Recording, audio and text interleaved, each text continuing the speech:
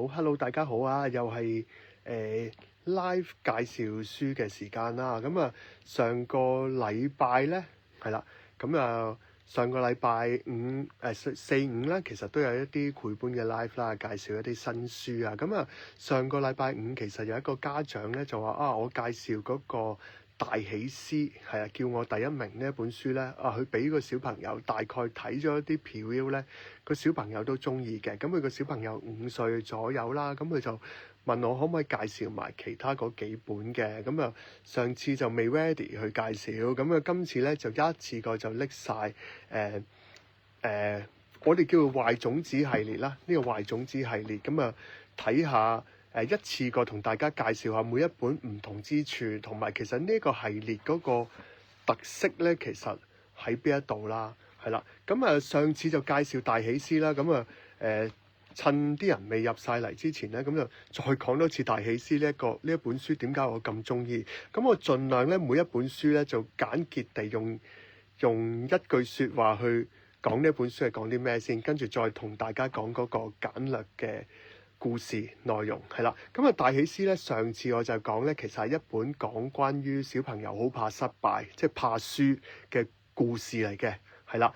咁點解我咁中意呢個大喜詩嘅故事咧？佢同其他怕輸嘅故事係有啲咩分別咧？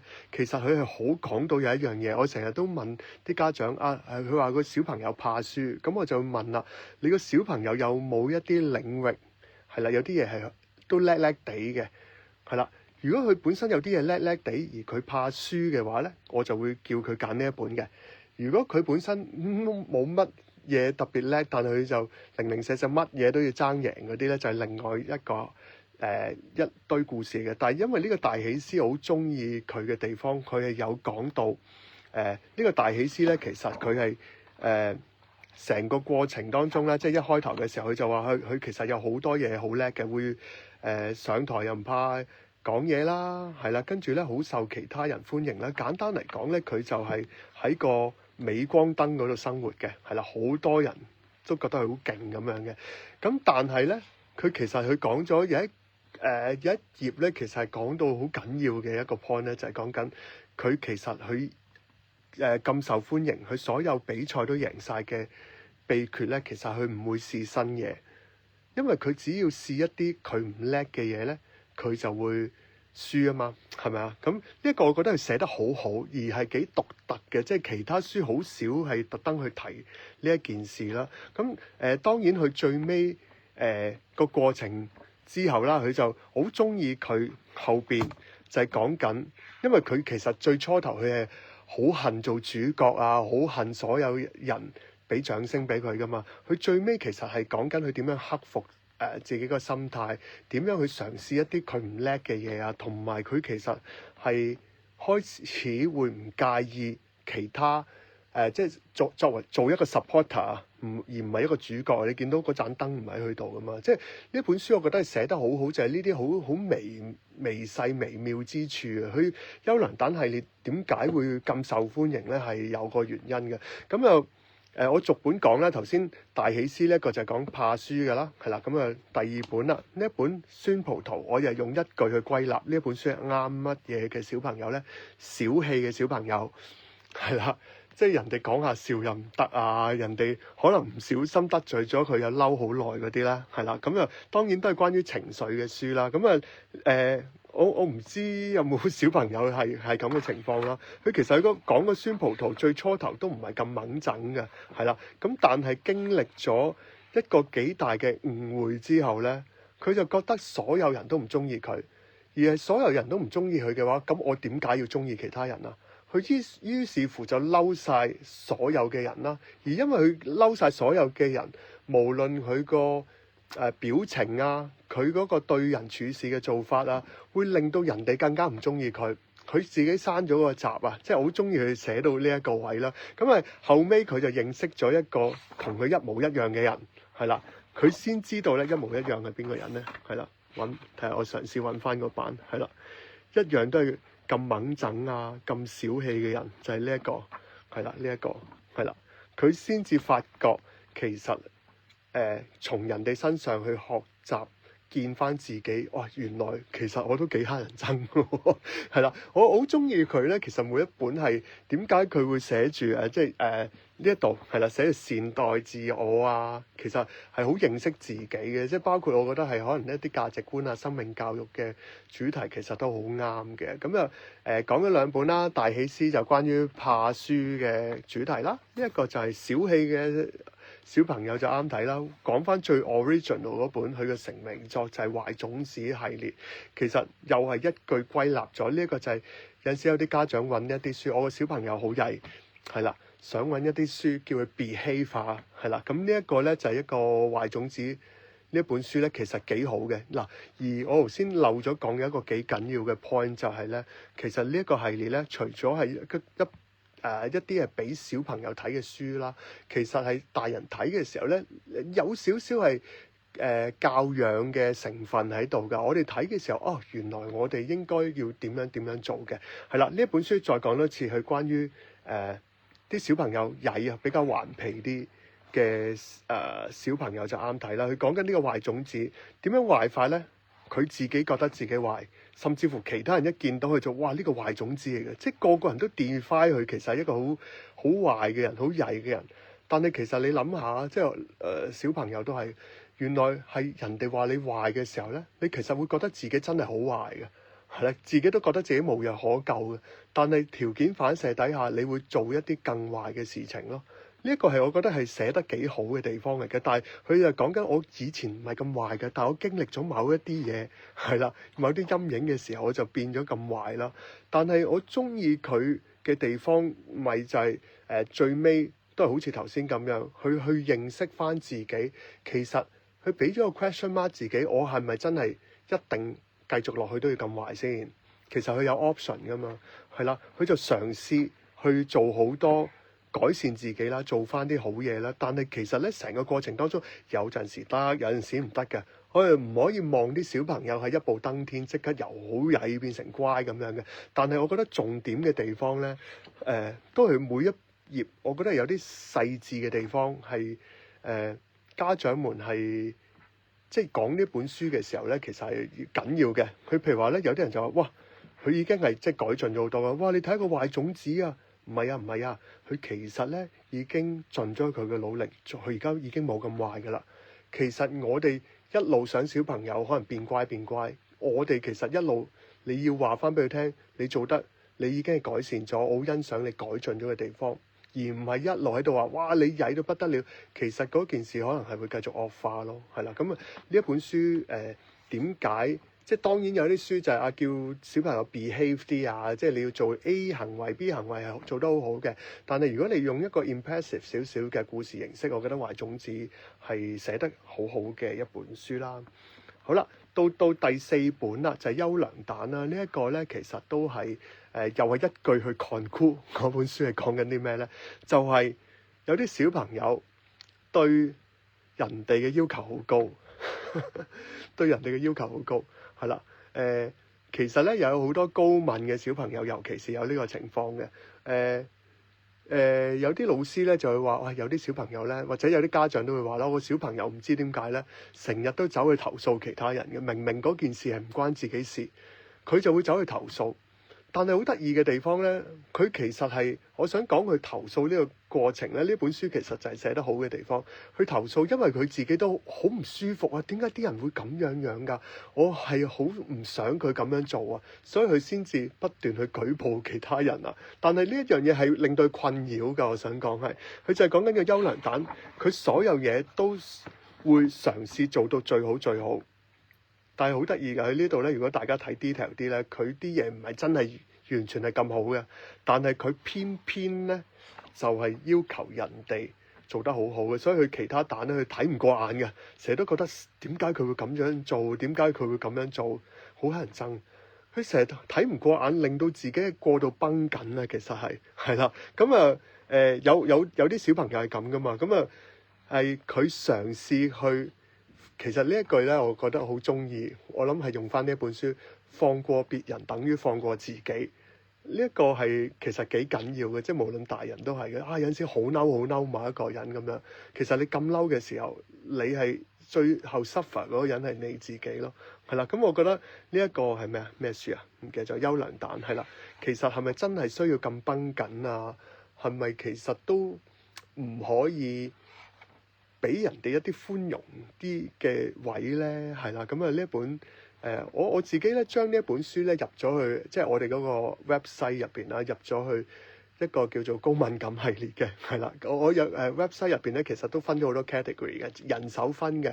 咁我諗其他書店其實應該就唔會by內容壞分得咁細嘅，有啲可能高敏感系列啦，有啲可能係仲有啲咩咧？大家可以喺我個 website www.parentshop.com.hk 嗰度咧有個 category 嘅，我就將咁多年以嚟咧啲家長問嗰啲問題，我都分晒 category 嘅，盡量啦，係啦。咁啊常問嗰啲都有㗎啦。咁啊高敏感我都係出咗一個系列嘅。咁提一提大家，順便宣傳下，我哋呢兩日咧其實個網站做緊699包郵到宅啊。咁呢一個係特別嘅優惠嚟嘅，係啦。咁就到而家第幾本咧？1、2、3、4、5啊，第5本啊，係啦，優良蛋啊，同埋我哋聽朝盤點啊，即係禮拜二嘅朝頭早係咪？今日禮拜一係啦，咁盤點，咁就1點先開啊。咁一個係優良蛋達人 show 係啦，其實就係優良蛋嘅下一集嚟嘅。咁大家都知道優良蛋頭先有幾優秀㗎啦，係咪？佢對自己其實要求都幾高嘅，但係對人哋要求更高，係啦。咁呢個優良蛋咧就係講緊有一次係一個才藝 show 嗰度啦，咁啊個人咧都喺度要表演啦，零零舍舍咧，阿優良蛋其實佢係一個平平無奇冇嘢係突出嘅人，咁佢就個心就好噏啦。其實我有啲乜嘢係可以表演呢？但係見住其他人總有一啲嘢係好叻嘅，但係偏偏自己一樣嘢都唔叻啊！咁你死掘爛掘其實都唔得噶嘛，即係平庸嘅人其實係佔大部分噶嘛，其實，但係佢偏偏就係屈喺個心嗰度，係啦，唔知點算，佢又唔甘於自己喺台下做一個觀眾喎。咁點算呢？係啦，咁我好中意佢嘅地方呢，就係佢講緊佢成個過程當中，佢又見到其他人原來需要幫忙嘅，即係表演者需要幫忙，又幫人哋補救翻一啲事啊，或者攝一啲空隙啊等等嗰啲啦。原來佢發覺自己真係唔係一個表演嘅人才，佢其實喺度幫人嘅過程，佢冇乜特別去諗啲乜嘢嘢嘅，但係最尾成個點講啊？呢個係表演 show 咁樣啦。其實最尾個 star 係邊個呢？就係呢個優良蛋啊，係啦。其實我哋去 support 其他人，係啦，去支持其他人去成就一啲大事嘅時候，supporter 唔係可能未必係個主角，但係 support 其他人嘅人，佢可能好善良啦。可能其實呢個社會有好多人，佢自己未必係一個領導者，但係佢可以 support 其他人成為領導者，呢啲人都係好有用嘅，係啦。咁呢一個就係第6本啦，係嘛？OK，係啦。咁大家有冇特別問題或者 feedback 咧？請問壞種子啱幾大嘅小朋友？睇下你個小朋友有冇聽開故事咯。你如果我係好簡單地講5歲，可能到如果你大啲嘅小朋友，其實因為呢個我覺得係真係一啲生命教育嘅嘢嘅。你譬如話去到高小又未去到嘅，你譬如話3、4年班，你同佢伴讀嘅時候，我覺得有啲嘢係可以同佢講到嘅。即係頭先好似我所講咧，其實都係有少少係教養嘅成分或者生命教育嘅成分。譬如話我哋有陣時話啲小朋友過度繃緊啊嘛，係啦，點解會可能成績差係啦，又好唔開心係啦。咁譬如話呢一本啦，其實都啱啲成績差。其實有陣時出事嗰啲咧，未必係成績差嘅。我想講係佢可能係成績好好，但係某一次成績冇咁好嘅時候就會出事嗰啲咯。咁佢其實呢個又一半半啦。咁成績好嘅人永遠都係少數嘅啫嘛。咁有好多平庸嘅人噶嘛。呢個聰明餅乾佢其實就係比平庸更平庸，係啦，佢成績永遠都好差嘅，係啦。咁係啦，俾大家睇下啲 preview 啦。大家其實有興趣咧，可能 live 咧，你哋有陣時有啲新書啊，或者某一啲書你哋想揭一揭，想知道啱唔啱自己嘅小朋友嗰個程度咧，你都可以問我哋 WhatsApp 啊，或者有陣時如果有時間就 live 俾大家睇咁樣咯。咁聰明餅乾佢其實就係講緊有一個呢一嚿餅啊，係啦，佢所有嘢都唔叻㗎，甚至乎佢曾經努力過，好中意去寫，曾經努力過去嘗試令到自己個成績叻啲嘅時候，佢永遠都係論論盡盡，明明識嘅嘢都唔識，咁啊基本上係一個喺其他人眼中係一個庸才嚟㗎啦，係咪？咁佢跟住後尾咧，佢就老師又俾咗份功課俾佢，要佢哋諗一啲有創意嘅嘢啦，咁啊大件事啦。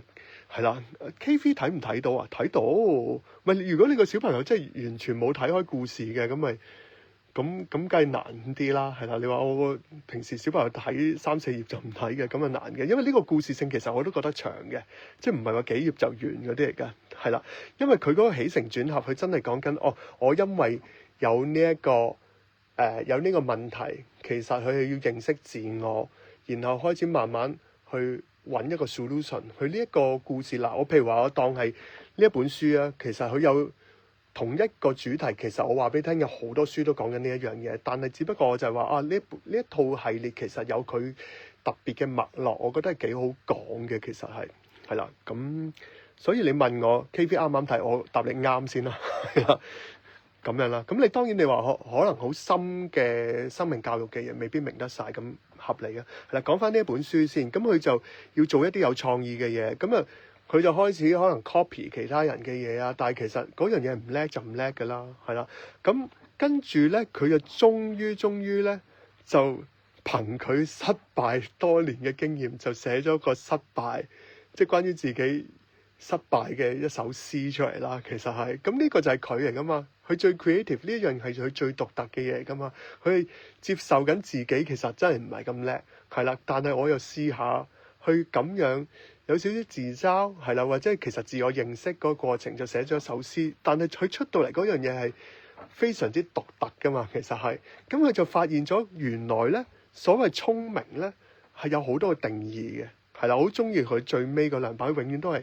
最尾嗰兩版我覺得係最 key 嘅，大家唔好草草立過講完就算啦嚇，係啦。最尾嗰兩版佢講緊聰明有好多定義，包括係試一啲唔同嘅嘢，試一啲新嘅嘢，係啦。咁啊呢一種啦，係啦。咁啊唔係要樣樣嘢好叻㗎，其實係你不斷去學習都係一個聰明嘅方法嚟㗎。所以佢覺得自己都係一個聰明餅乾，雖然佢成績唔好㗎，仍然都係啦。咁啊，我覺得係合理啊！呢一樣嘢係啦，好啦，跟住咧，之後嗰幾本可能我快講啦，係啦，好似大家有興趣之後，你譬如話有啲其他書嘅問題啊，咁我睇下儲下，咁啊再問翻大家啦。好，睇下大家有冇特別嘢問先，係啦，冇我就快講呢幾本書就完今日㗎啦，係啦，偷流蛋係啦，呢個偷流蛋就係講緊團結合作，係啦，都係嗰脈絡。都係好似頭先咁樣，都真係精彩嘅。其實係好可愛嘅。佢要揾翻晒佢啲好朋友，但係佢其實呢，佢點解叫偷流蛋呢？佢就本身其實佢覺得喺屋企咪好地地咯，係啦。其實點解要陪朋友出去玩啊？但係呢，佢後尾又後悔喎，心癢癢咁樣呢。其實啲朋友喺度做緊啲咩啊？跟住佢其實出咗去之後，佢發覺同朋友一齊玩。一齊去 tackle 一啲問題啊，即係解決難題咧。雖然會遇到好多困難，可能有陣時有啲不和嘅地方，但係最尾其實係成個過程係好開心、好好玩咯，係啦。尤其是而家啲小朋友寧願唔出街噶嘛，係咪？係啦，咁我覺得呢一本係幾好嘅書嚟嘅，係啦。學豆子咧就係又一句 conclude 咗嗰本書先，就係講緊有啲小朋友好注重自己嘅外表、別人嘅外表，甚至乎用個外表去 define 對方其實係啲乜嘢人，然後就會去模仿其他人啦，盲目去模仿啦，係啦。咁啊，呢個學豆子就好崇拜呢幾個咁型嘅豆咁樣嘅，咁啊乜都學晒佢啦，但係又嗰啲叫咩啊？我個成語機有一句嘢我唔記得咗。東施效顰係啦，其實係啦，咁啊永遠學唔到人哋嘅學嘅，但係其實佢開始慢慢拆開咗呢一啲嘢之後，發覺其實欣賞人唔應該淨係用個外表咯，佢就發掘咗原來係個內心係更加緊要咯，係啦，咁啊呢一本啦，呢一本就最新㗎啦，最好的禮物又係 conclude 咗啦，心意最重要呢一個係啦，就唔使咁 care 人哋。可能送嘅嘢啱唔啱啊？係啦，咁啊心意啦，係啦，沙發樹就係頭先我講嗰個最重嗰樣嘢㗎啦，就係、啲小朋友咧，而家呢個年代咧，寧願唔出街噶嘛，韞喺屋企，你俾個電話佢就發達啦，係啦，咁樣咯，係啦，所以你睇下佢最好所有嘢連行出去門口攞個 delivery，佢都覺得懶嗰種嚟嘅，係啦，唉，真係慘，係啦，咁呢一個啦，呢個就壞種子愛上圖書館，呢個就比較 niche 啲嘅，呢個 topic 就係講緊有啲小朋友咧，係點啊？揀書啊，即係睇書嘅時候咧，永遠 limit 咗喺某一個範疇。哇，覺得呢本書好正啊，我唔試睇其他書㗎啦，非呢一本書不可。其實你接觸唔同嘅書嘅時候，你會學到一啲唔同嘅嘢，你會引發到你唔同嘅思考啦，等等咯。咁啊，係咯，咁啊，今日就係講咁多啦。因為上次有個家長都係 repeat 翻啊，禮拜四嘅時候佢就話啊，我個小朋友睇 live 嘅時候就覺得嗰個大喜詩嗰本書就好似幾中意喎，咁佢就叫我介紹埋其他系列，係啦，咁啊還翻債先啦。好啦，咁就咁多先啦，多謝大家。